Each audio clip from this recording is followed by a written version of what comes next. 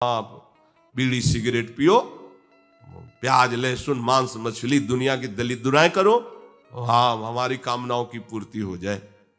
बेकार बकवास करते हैं लोग आकर। परमार्थ को एक हंसी बना दिया है, एक मजाक बना दिया है, संतों को एक नाटक बना दिया है, संत मार्ग को एक उपहास का स्वरूप बना दिया है। हमारी ये कामना की पूर्ति कर दो। उनका जीवन कामना की पूर्ति के लिए तुम्हारे है। अरे तुम्हें निष्काम करके भगवत साक्षात्कार कराने के लिए कि ये छोटी मोटी जिनमें तुम फंस कर तुम्हारी दुर्गति हो रही उसी में और वो बढ़ावा देने के लिए। पर संसार तो अपनी बात मानता है। ध्यान देने योग्य बात है, मंत्रों पर अविश्वास मत करो, नाम पर अविश्वास मत करो। तुम अनुष्ठान को जानते ही नहीं कैसे किया जाता है। एक कामना की पूर्ति, तुम विश्व की कामना की पूर्ति कर सकते हो, विश्व की कामना की पूर्ति। बोले आप क्यों नहीं कर लेते? क्योंकि हम विश्वात्मा की कामना किए हुए हैं, हम विश्व की नहीं।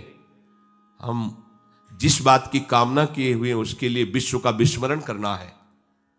मन मन की रुचि जान नेह विधि अनुसरें। हम प्रियालाल की मन की बात जानकर उनकी सेवा में रत होना चाहते हैं।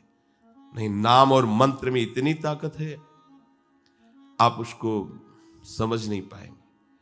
आप विचार करके देखिए, जब कोई पवित्र अनुष्ठान कोई राक्षस करता था तो बहुत पहले से ही वो मदिरा त्याग देता था, मांस खाना त्याग देता था, दूसरे की निंदा करना त्याग देता था, अपवित्रता का त्याग कर देता। परम पवित्र ऋषियों की तरह होकर वो तब अनुष्ठान करता था। यद्यपि वो जगत विनाश के लिए अनुष्ठान होता पर उसके लिए भी पवित्रता की ऐसी आवश्यकता थी। अब आप बेविचार करो, शराब पियो, मांस खाओ, गंदे आचरण करो और बोलो हमने राधा राधा कहा लेकिन काम नहीं बना। वो बोल रहे थे कि कितना भी बड़ा संकट हो, फिर बोल रहे हैं। अगर भयानक से भयानक विपत्ति को ऐसे न नष्ट कर दे तो बता देना, कृष्णाय वासुदेवाय हरे परमात्मने प्रणतः क्लेश नाशाय गोविंदाय नमो। इसका जप करो और जब तक तुम्हारा काम पूरा ना हो जाए ब्रह्मचर्य से रहो। झूठ मत बोलना, मदिरा मत पीना, मांस मत खाना, और ना काम हो जाए तो मैं बताना कि भारी से भारी विपत्ति का नाश करके भगवान श्री कृष्ण का आश्रय उसे ऊंचे उठा देगा, इस जगत की धरा से उठा देगा। विश्वास नहीं? आप मदिरा पियो, मांस खाओ, बेविचार करो, सोचो 1,00,000 2,00,000 महात्मा को दे देंगे, हमारी कामना पूर्ति हो जाएगी। बिल्कुल भूल में मत रहना। आपको संशय होता है नाम पे, संशय होता है मंत्रों पे, संशय होता है शास्त्र के विधान पर। आप चलते हो शास्त्र विधान से? कहां चलते हो? अरे हम जब कह रहे कोई राक्षस भी अनुष्ठान करता था तो वो इन नियमों का पालन करता था। इतना अनुष्ठान में कि मेघनाथ को पैरों से मार रहे हैं बंदर भालू, पर वो ना मंत्र छोड़ रहा है, ना हिल रहा है, ना उनकी तरफ देख रहा है। इतना सहनशील होना चाहिए अनुष्ठान के लिए। किसी कामना की पूर्ति के लिए सांगोपांग अनुष्ठान करो, भला कामना की पूर्ति ना हो जाए? नहीं। आप शास्त्रों में पढ़ के देखो, संतान उत्पत्ति के लिए कैसे व्रत, पयोव्रत का कैसे अनुष्ठान किया। पवित्र रह करके इतनी इतनी मात्रा में ये आहार लेना है, इस मंत्र का जब भगवान गर्भ में आ गए। क्या चाहिए तुम्हें? भारी से भारी विपत्ति को दूर करने के लिए आर्त भाव से पुकारो भगवान को। तुम्हें धनी बनना है, अनुष्ठान कीजिए। हम कह रहे किसी विशेष मंत्र आदि की तरफ ना बढ़िए, बोलिए राधा राधा। क्या चाहिए आपको? कृष्ण कृष्ण बोलिए। सब मंत्रों का सार है नाम में, आप बोलिए तो नाम। पवित्र होइए, गंदे आचरण छोड़िए। क्या चाहिए आपको?